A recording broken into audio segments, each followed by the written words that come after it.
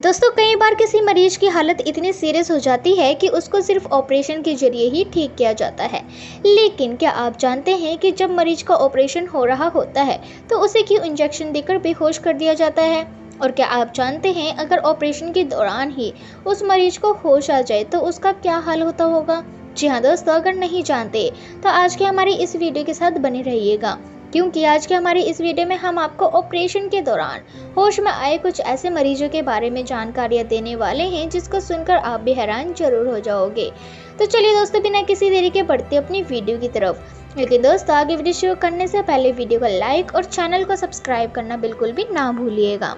दोस्तों, किसी भी तरह की सर्जरी से पहले डॉक्टर मरीज को बेहोशी की दवा देते हैं, जिसे अंग्रेजी में एनेस्थीसिया कहते हैं। ये दवा लेने के बाद मरीज को एहसास ही नहीं होता कि उसके शरीर पर कहाँ और क्या हुआ है, लेकिन कई बार ये दवा कम असर करती है, यानी उनका दिमाग सोता नहीं है। सर्जरी के दौरान उन्हें एहसास होता रहता है कि कब क्या कहाँ हो रहा है, लेकिन एनेस्थीसिया के असर की वजह से वो इस हालत में नहीं होते कि अपनी बात कह पाए, यहाँ तक कि वो हाथ पैर भी नहीं हिला डुला पाते। ऐसे में उन्हें तकलीफ का गहरा एहसास होता है। ये तजुर्बा मरीजों की जिंदगी भर के लिए डर पैदा कर देती है। रिसर्च बताती है कि हर 20 में से एक मरीज एनेस्थीसिया लेने के बाद भी जागरूक रहता है, लेकिन उसका शरीर हिलने डुलने की हालत में नहीं होता। अभी तक बिना किसी नुकसान वाले बेहोश करने की दवा पर रिसर्च की जा रही थी, लेकिन अब उन हालतों को समझने पर भी रिसर्च शुरू हो गई है कि जिनमें मरीज पर बेहोशी की दवा असर नहीं होता। एनेस्थीसिया मेडिकल साइंस में किसी करिश्मे से कम नहीं है। बेहोश करने की बुनियादी दवाओं की खोज प्राचीन यूनान के शोधकर्ताओं ने की थी।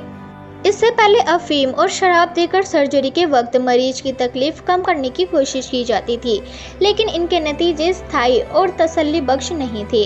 फिर 1840 में वैज्ञानिकों ने कुछ ऐसी दवाई खोज निकाली जिनका असर ज़्यादा था। इनमें सल्फ्यूरिक ईथर ने रिसर्च को सबसे ज़्यादा आकर्षित किया।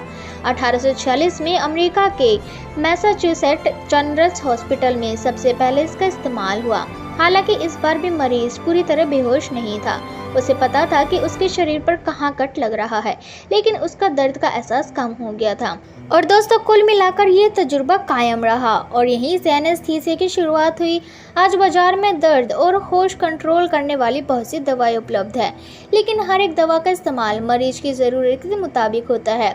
एनेस्थीसिया हमेशा से ही मरीज को पूरी तरह बेहोश करने के लिए नहीं दिया जाता, बल्कि सर्जरी वाली जगह को ही सुन्न करने के लिए दिया जाता है। इसे रीजनल एनेस्थीसिया कहते हैं। इसे लेने के बाद दर्द का एहसास बिल्कुल नहीं होता, लेकिन क्या हो रहा है इसका इल्म होता है। वहीं सेडेटिव लेने के बाद मरीज को गहरी नींद आ जाती है। इतनी गहरी नींद के मरीज के होश-ओ-हवास छीन लेती है। इस गहरी नींद के दौरान उसके साथ क्या हो रहा है उसे कुछ याद नहीं रहता। एनेस्थीसिया हमारे शरीर में कैसे काम करता है, इसका सटीक जवाब आज भी रिसर्चरों के पास नहीं है।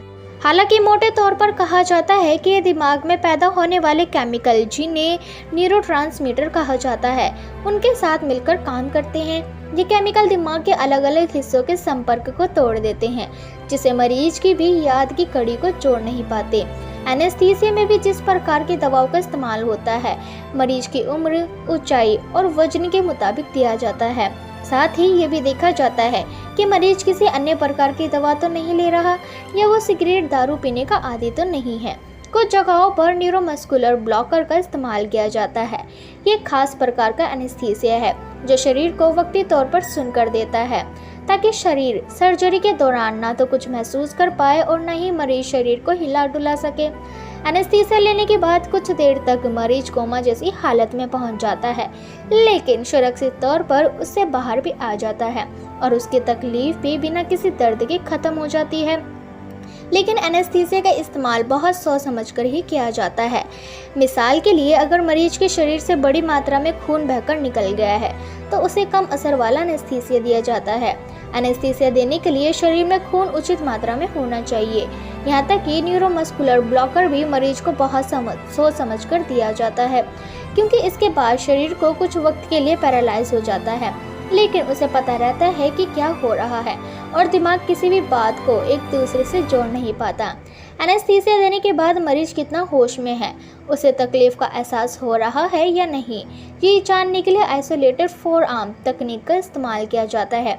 यानी एनेस्थीसिया देने के बाद मरीज के बाजू पर एक कफ बांध दिया जाता है और कुछ देर बाद उससे मुट्ठी खुलवाने और बंद करने को कहा जाता है। अगर मरीज आदेशानुसार करने लगता है तो पता चल जाता है कि अभी दवा का असर पूरी तरह नहीं हुआ। रिसर्च बताती है कि एनेस्थीसिया देने के बाद मरीज के होश में रहने के केस फिलहाल बहुत कम है, लेकिन इस पर गौर करने की ज़रूरत है। आखिर ऐसा क्यों हो रहा है? मरीज को भी इस बात की ताकीद की जानी चाहिए कि अगर वो एनेस्थीसिया देने के बाद भी होश में है तो तुरंत मेडिकल स्टाफ को बताएं, ताकि सर्जरी के दौरान होश में रहने की वजह से होने वाली तकलीफ से बचा जा सके।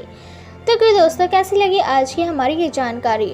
हमें कमेंट सेक्शन में कमेंट करके ज़रूर बताएं। और दोस्तों, अगर वीडियो अच्छी लगी तो इसे लाइक करें, अपने दोस्तों के साथ शेयर करें और हमारे चैनल को सब्सक्राइब जरूर कर लें, ताकि आने वाली और भी इसी तरह की इंटरेस्टिंग वीडियोस आपको देखने को मिलती रहे सबसे पहले।